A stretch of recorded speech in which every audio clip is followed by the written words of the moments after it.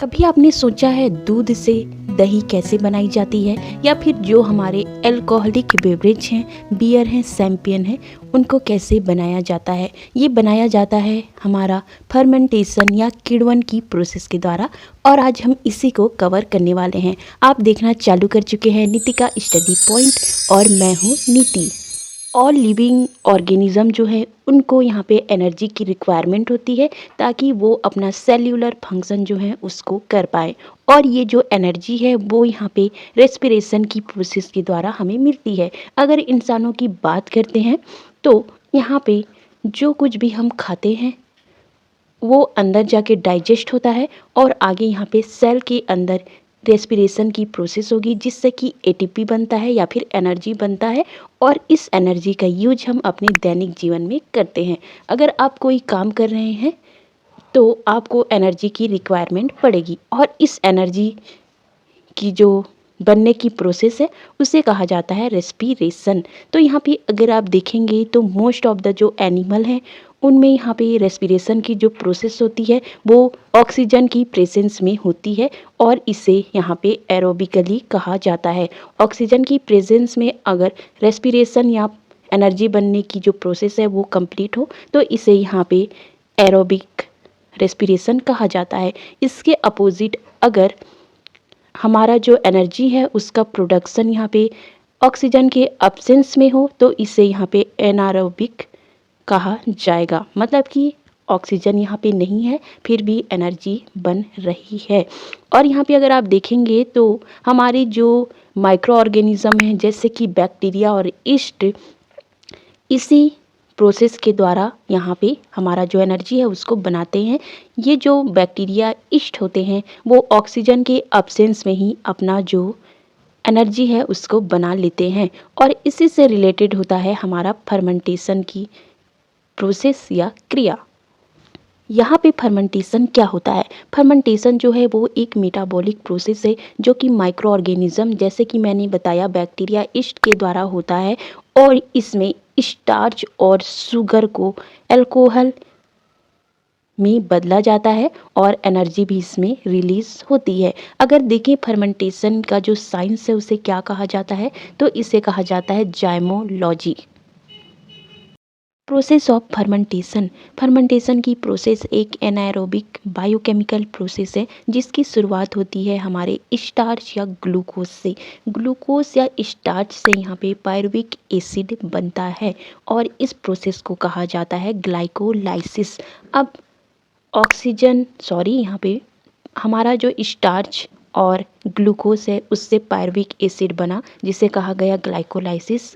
अब इस pyruvic acid को आगे बढ़ाने के लिए, नई चीज़ बनाने के लिए यहाँ पे ज़रूरत पड़ती है माइक्रो ऑर्गेनिज्म जो कि बैक्टीरिया ईस्ट हो सकते हैं। अब इस पायरुविक एसिड को हमारे जो माइक्रो ऑर्गेनिज्म है वो इसे या तो लैक्टिक एसिड में बदलेंगे, या तो इथेनॉल में बदलेंगे, या फिर दूसरे कुछ जो प्रोडक्ट हैं उसमें बदल देते हैं। तो यहाँ पे जो प्रोसेस हुई स्टार्च से स्टार्ट होता है या फिर ग्लूकोज से स्टार्ट होगा, और लास्ट में यहाँ पे इथेनॉल, लैक्टिक एसिड या अदर जो एसिड प्रोडक्ट हैं उसमें ख़त्म हो जाती है। तो यहाँ पे मेन जो रोल अदा करते हैं हमारे वो होते हैं माइक्रो ऑर्गेनिज्म।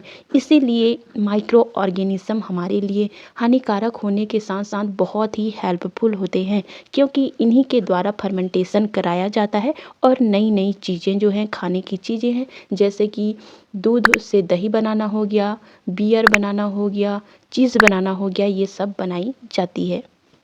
वीडियो आगे बढ़ाने से पहले चलिए देख लेते हैं कमेंट्स ऑफ द डे। दोस्तों, आपके कमेंट्स हमारे लिए बहुत इंपॉर्टेंट हो जाते हैं, तो प्लीज़ बताइए कि आपको हमारा वीडियो कैसे लगता है। अगर कोई सुझाव भी है तो ज़रूर दीजिए। Thank you so much. चलिए देख लेते हैं कुछ टाइप्स फर्मेंटेशन की जो कि हमारे लिए बहुत ही इम्पॉर्टेंट हो जाते हैं। सबसे पहले अगर देखेंगे तो होगा अल्कोहल फर्मेंटेशन। इसमें यहाँ पे जो है वाइन, बियर और बायोफ्यूल बनाया जाता है। ये इंडस्ट्रियल प्रोडक्शन होता है। इसमें जो इंड प्रोडक्ट है वो अल्कोहल और CO2 बनता है। सबसे पहले जो पायरुविक एसिड है वो बनेगा स्टार्च और शुगर से। अब इस पायरुविक एसिड से हमारा यहाँ पे बनेगा एसिटाल्डिहाइड और CO2 गैस रिलीज होने लगेगी। इसके बाद नेक्स्ट स्टेप में जो एसिटाल्डिहाइड बना है हमारे पायरुविक एसिड से, उससे यहाँ पे क्या फॉर्म होगा, इथेनॉल फॉर्म होता है, जो कि हमारा क्या हो जाएगा, अल्कोहल हो जाता है। और इसी प्रकार से ये जो प्रोसेस है वो कंप्लीट होती है। अगर यहाँ पे देखें तो इसमें हमारा क्या बना, अल्कोहलिक बेवरेज बना। अल्कोहलिक बेवरेज में आप देखते हैं कि अंगूर का यूज़ किया जाता है, राइस का यूज़ किया जाता है, इन सभी में स्टार्च या ग्लूकोज पाया जाता है। और इसी स्टार्च और ग्लूकोज का यूज़ करके पायरुविक एसिड से एसिटाल्डिहाइड, एसिटाल्डिहाइड से यहाँ पे अब एथेनॉल बन जाता है, जो कि हमारे अब यूज़ के लिए तैयार हो चुकी है। और इस अल्कोहलिक बेवरेज का यूज़ अब किया जाता है। नेक्स्ट अगर देखेंगे तो वो है लैक्टिक एसिड फर्मेंटेशन।